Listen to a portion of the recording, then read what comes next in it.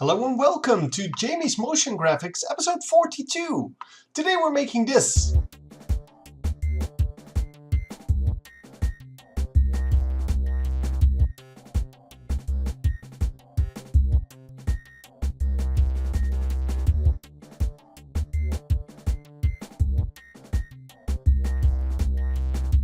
Well, actually we're not making the bunnies, obviously. We are going to make an effect that can be used in several different ways. So all of these fragments have been made with the same effect, it's just a different kind of, well, reveal mechanism. And yeah, you will learn all of that in this video. Enjoy! Okay, here we are in After Effects. We are going to start off, as always, with a new composition. We're going to make it a little bit longer than this. 30 seconds, 30 frames per second, blah, blah, blah, blah, blah. We are going to start off by making a solid, and that solid is going to be white, because it's going to be a Luma matte. Just making sure that it's completely white. And we are going to animate a little thing on it. I'm going to use an ellipse here. You can use whatever you want, and obviously it doesn't really matter too much. So let's just type in the shape. It's by far the easiest. So let's take a 300 circle. That should be it, and then there we go. So it's centered in the middle. Yeah, it's fairly easy to understand what it does. And we're going to duplicate the mask, just make it a subtract mask, and then pull in the expansion a little bit. I'm going to use -10, which means that the mask thing is actually 10. Actually, let's make it a little bit better. Let's just do this one and then -10. That's way better.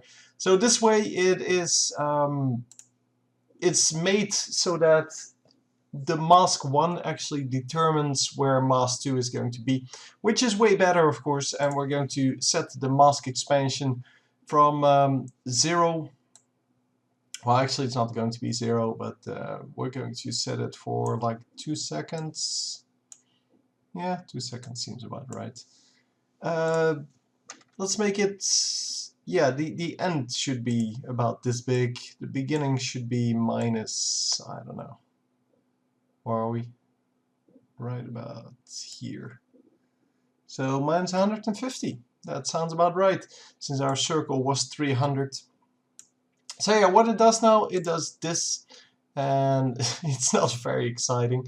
But yeah, that's what it does. So let's go about here and then set a waypoint, set a point, and then drag it back in time so that the first part goes a little quicker and then the second part goes a little slower. We're going to make that into an easy ease keyframe. You can just press F9, but then my recording stops, so I can't actually do that. And yeah, you can, however. So just saying. So it does make it a little bit weird, the transition, actually. So let's just make it an easy out. Yeah, that's a little bit better, I think. Let's see. No, it's still... Why didn't it change? I selected the right one, right? I don't know. Let's just change it back then, and then try again. There you go. That's what it's supposed to look like. So now it's going to go up and then slow down quite a bit. Actually, I'm still not really satisfied with it. So let's just go to our graph thing here and see what it looks like. Yeah, that's why I'm not really satisfied with it, because it's a really weird graph. I'm not sure if this is... Yeah, this is a speed graph. So the speed dips all the way to 0 before going back up, and what I actually would like is something more like this, I guess. Something like this would be nice. And I don't know. I'm just trying to figure out why this is such a weird graph. Okay, so apparently it has something to do with the fact that the timing was off. So this is better. It just slows down gradually now. It will actually come to a halt eventually, of course. And let's put that all the way up there. And let's drag this out until it's actually, or forward in this case, until it's actually, well, just kind of a smooth transition.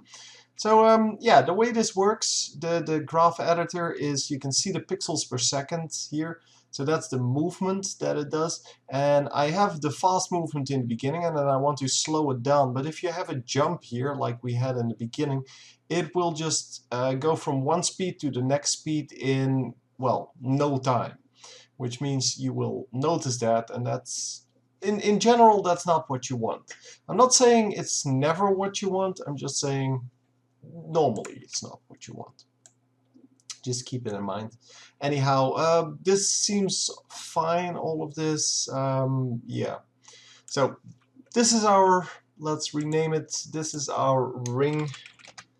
And we're going to load in a photograph. Hang on. Okay, I finally found a photograph. Took me a while. But yeah, we have something now. It's the bunny photograph. I used it before. It's just two bunnies. It's not really important what I'm using as long as I have something. And we're going to now use this to reveal the photograph, actually. So, new composition. This is the design comp. And we're going to plop in the ring.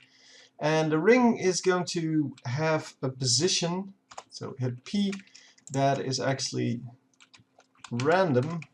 So what we're trying to do here is we want to have this ring appear at a random position and hold there. So if we do it like this, if we just type in a random number, it will change with every frame, as you can see, which is kind of messy. So what we're going to do is we're going to take the seed random, which is just a way to set your random seed to a specific number. And then it's going to hold that position, as you can see. But if I duplicate the layer, we will have a different position. And since the values are limited to the size of the comp, we are kind of, well, in a good spot right there.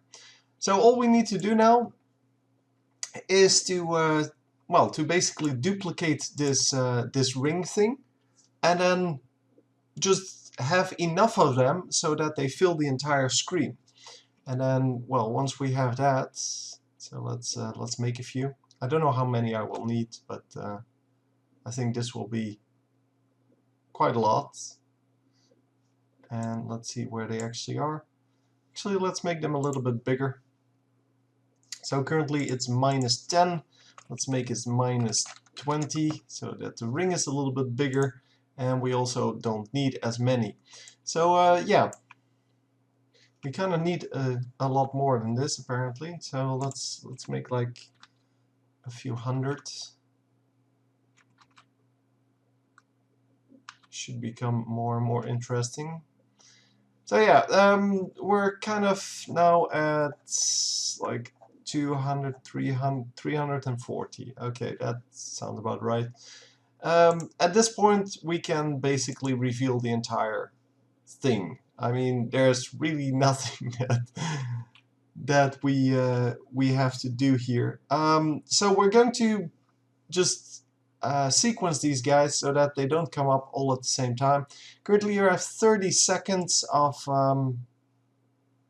stuff going on, and we are going to go to keyframe assistance with all the layers selected. Keyframe assistance sequence layers, and it asks us the overlap duration, and the overlap duration is going to be 29 seconds and let's say 25 frames.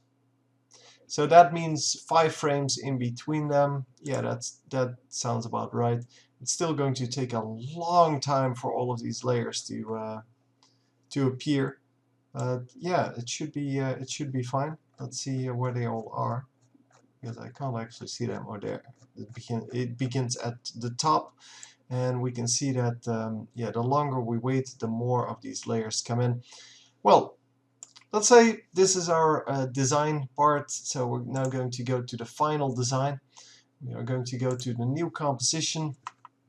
It's going to be called final design. There you go.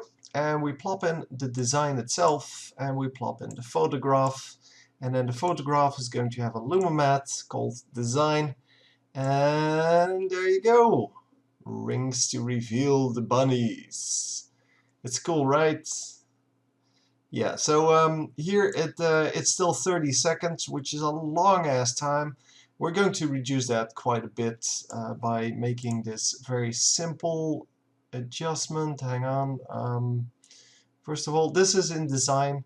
So first of all, we're going to have to set this to like 1 minute. Because apparently it ran off of the screen, oh, by quite a bit actually. Actually, it ran off the screen way before the end. Yeah, right about here at 175. So we need to kind of address that. So let's have two of them come in at the same time, I guess. We have 340 layers. So let's make 170. Where are you? 170. So yeah, okay. There you go. Let's drag these forwards. Set them to 0. So now we have two rows at the same time, which is all good. So yeah, I did set it to 60 seconds here, which means that if we go to the end by just pressing end, Control A to select everything, so including these, and then Alt, I think right bracket, yeah. Why didn't that work? Oh, because yeah, we need to up this as well. Hang on. Composition settings 1 minute. No, let's make it 1 minute like that. That's not a 1. That's a 1. Okay, so this one is now 1 minute, which means that it has to be dragged out to the end so that it actually exists past the 30-second mark. And then we go here to the end, and then we hit Alt right bracket, and everything is now fully available at that point.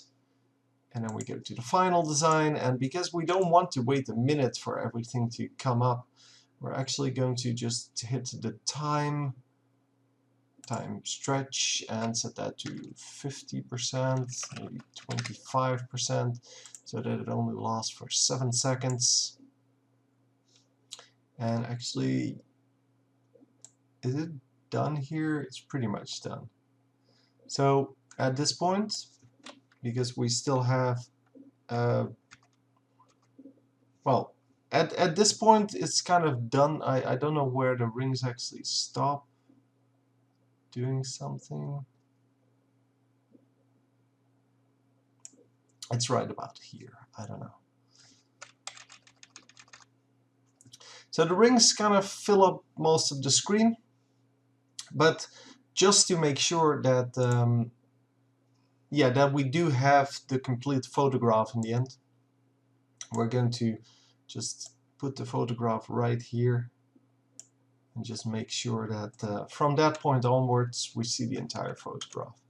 We are going to introduce a few more rings just to yeah, to make sure that it actually works. But yeah, the entire thing should be revealed here by now. And let's just go to the top left, pick up a few more of these. Wow, I couldn't deselect them if I tried. Anyway, we're going to put 50 more of these, and because everything is randomized, it doesn't mean that it actually gets filled at all.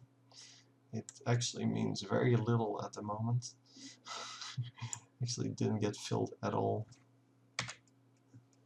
So let's duplicate them again and again. Oh my god, I still have this block here. Oh, this is quite terrible.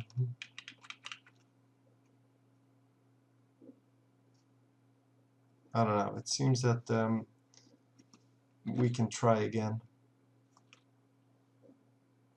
Oh, we're still calculating, okay. Okay, let's try one more. I hope something here fills this. We can of course manually address the problems by just taking the ring thing and then so for example, if I take just a ring and just put it in there and then drag it to, I don't know where it is, so I'm going to have to, I guess, solo it. Oh, yeah, well, it's in the middle. Surprise. Yeah, we're going to have to drag it over here somewhere and then unsolo it and see what actually, well, where we can actually put it so that it fills the holes, because there are a few holes here still. So for example, I can put it right over here and that would fill that hole, and then we can duplicate it. We could actually drag it forward in time a bit. We can duplicate it and put it into another spot. So there's one over here. I don't know where it is. Probably a better way to do this, like to color it first or something like that. Okay, let's duplicate this one more time. Put it a little bit to the top right. There you go, make it at a different time. And then we should have the complete photo covered, basically. Well, as I said, the main thing is that even if it doesn't get covered, we still have the original photograph coming in. So what it looks like now, and hopefully this will not crash. No, it's actually quite nice. Yeah, this is what it looks like. It's kind of messy, especially because the top left doesn't get filled in properly. And it kind of fills in very rapidly in the beginning, and then in the end filling the holes is kind of a problem. So this is what it looks like real time. But yeah, so the top left is kind of the problem area. So yeah, you can address that manually as I showed. You can also just say, yeah, screw it, we're just going to accept the fact that it looks like that, and yeah, that's it. Anyway, those kind of effects can of course be created with any kind of thing. You can also do it with like solid circles. So if you just disable this mask, so if you just delete that, it will be solid circles, and the final result would look something like this. And it would be a lot easier to actually fill the entire thing. There you go. If you, I don't know, make it into a rectangle. So yeah, reset to rectangle for both of them. Shape, reset to rectangle. And then do it with rectangles. It would look like this. And it would be cute as well. So yeah, you can do whatever you want with it. That's the beauty of these kind of things. And it is definitely an effect that would be, well, enjoyable for certain applications. So yeah, that's really all I have to say about it. Hope you enjoyed, and I will see you next time.